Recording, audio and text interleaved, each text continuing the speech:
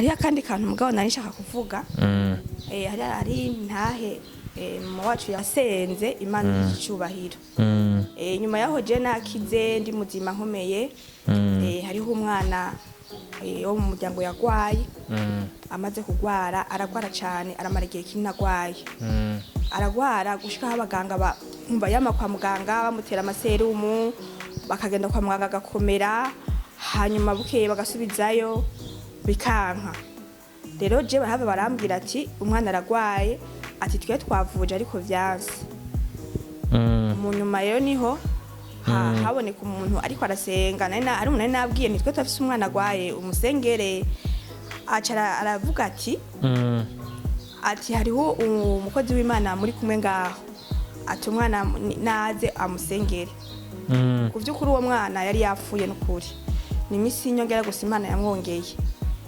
yari gikankara umwana yari yamaze amagufa yari hejuru umwana yahagishobora gushobora kumira ikintu ngo bikunde rero ndahita ndamubwira nti hariho message yavuze ko hari umwana wosengera kandi bigahita bikagenda neza naca arambwira ati nimba ari Imana yavuze naze nta kibazo umwana acarashika hano amaze kuza ubwiwe nyene n'ukuri yamusengeye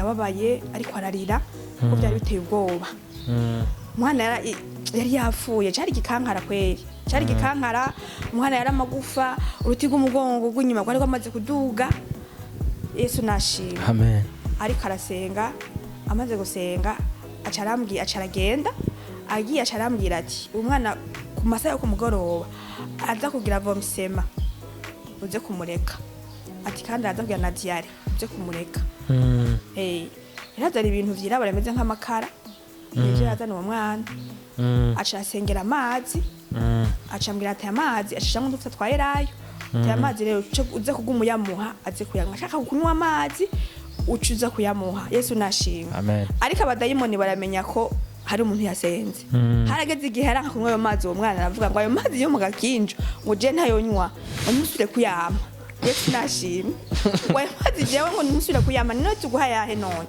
ngo mumpa yo mu kabido umuronde akabido umuzane akabido ngo ariko kandi muyazane ngahambona Yesu nashimwe mu kuyamuha naranyegeza narasuka nkashira mu gikombe amenya ko nasuka nyene ngaca nkokereza mu twatundi Yesu nashimwe wenda nize imbaraga ziri muri ayo mazi je narabikora ko navuga nta ko yasengera ni ahandazi ko ari igitangaza Yesu nashimwe amen arasenga umwana mu minsi 3 yatangiye gukina n'abandi bana atanguye gufungura neza no kuvuga yuko agishika kugira tumugaburire twamanza kunyegeteza inose mu kanwa hari bikuma byinshi nyashaka ko yasama hari inkomere nyinshi no mu mazuru hose Yesu nashimwe uwo mwana mu minsi 3 yatangiye gufungura mu kugenda yagenda nk'irobo agendera kwega amaguru umva ntiyashobora gutanga ngo hagaze ku mugoroba imbeho yacimufata agatanga kujugumira agatanga ngo ndafuye ni tukarunda ku ibintu byose ariko yambeho nihere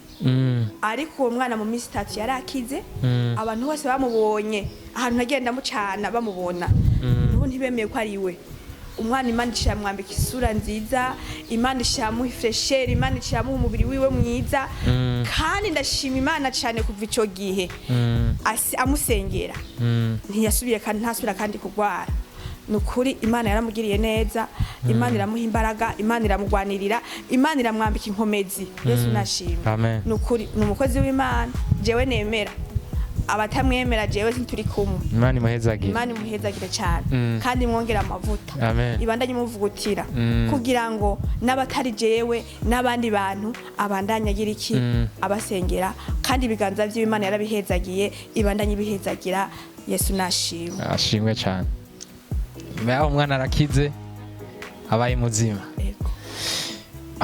Imana ibihere gicubahiro amina tukirangiza n'ikiganiro sinzi ko hari akajambo kanyuma muvuga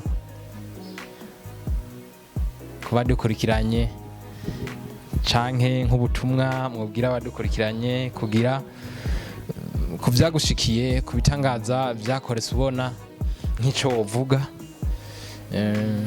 nimba hoba hari abariko baradukurikirana bo batarabona ibitangaza vy'Imana canke bataremera imbaraga z'Imana canke ukuntu Imana ikora ibitangaza, nk'akajambo kanyuma mwababwira nk'ubutumwa murahawe kazi. Ego murakoze cyane. Akajambo kanyuma novuga nuko Imana yacu ifise imbaraga, kandi Imana yacu irakora ibitangaza kandi bikorera abantu bose, ariko umuntu avyizera. Yesu nashimwe. Amen, amen. Ku muntu avyizera kandi Imana yacu tuyizigire, umva nuwo yarihebuye abona ko bitagikunda canke baramubwiye ati ibyo bintu navyo ntibigishoboka, abo ntabumvirize, abandanye ahanga amaso Imana, abandanye yerekeza amaso mwijuru, kuko nanje baganga bari barambwiye ko ntazokira, bari barambwiye yuko ntazotambuka, ngiye kubikimuka, banambwiye ko amaguru bagira bayace. Yesu nashimwe. Ariko ivyo byose kubera Imana yanje nizeye, kubera imbaraga z'amasengesho byose Imana yarabikuyeho. Rero abo bariko baranyumviriza bose nobabwira yuko naho yo bari mu bitaro bafise ingwa ntangora nimwe ku Mana idakira, ku Mana ntangora nimwe yananiranye, byose ku Mana nakanya gatonyi ndabihindura. Yesu nashimwe. Rero bizera Imana kandi bayizere batumviriza amajwi y'abantu, kuko Imana yaduhamagaye, Imana yaturemye, iratuzi, izi n'amazina yacu. Rero tuyizere kandi twizere n'ibitangaza ikora. Yesu nashimwe. Bayizere kandi nimba uri mu kigeragezo bihangane. Icyo kigeragezo je nakibaye umwanya munini kandi mbabara kandi merewe nabi, ariko Imana yarantwengeje kandi Imana igutwengeje. Mu byo bacarakunda kutubwira ati Imana yuguruye igenda itwanye n'umuryango kugira ngo ababaya ntibaze kugira iki kuzibira kugara. Rero je Imana ico kigeragezo narindimo Imana yagikuyeho, n'umuryango yaratwaye, nta mazoso yakandi kugara. Yesu nashi ubumva amahoro. Ego. Kadushimire abadukurikiranye tubabwira duti mbere y'Imana nta kidashoboka, kuko ikora ibirenze ivyimviro byacu. Dushimire abadukurikiranye twongera tubasaba kwandanya babana nacu, ariko aho baba bari hose twamwe twizera izina ry'Imana kuko ariryo zina risumba yandi mazina yose. Tubasore kwandanya muri kurikirana, twongera tubifuriza ibihe byiza aho muherereye, cyane tubashimira, twongera dushimira n'umutumire wacu buno musi. Murakoze cyane. Ego murakoze namwe kuntumira. Imana ibahezagire.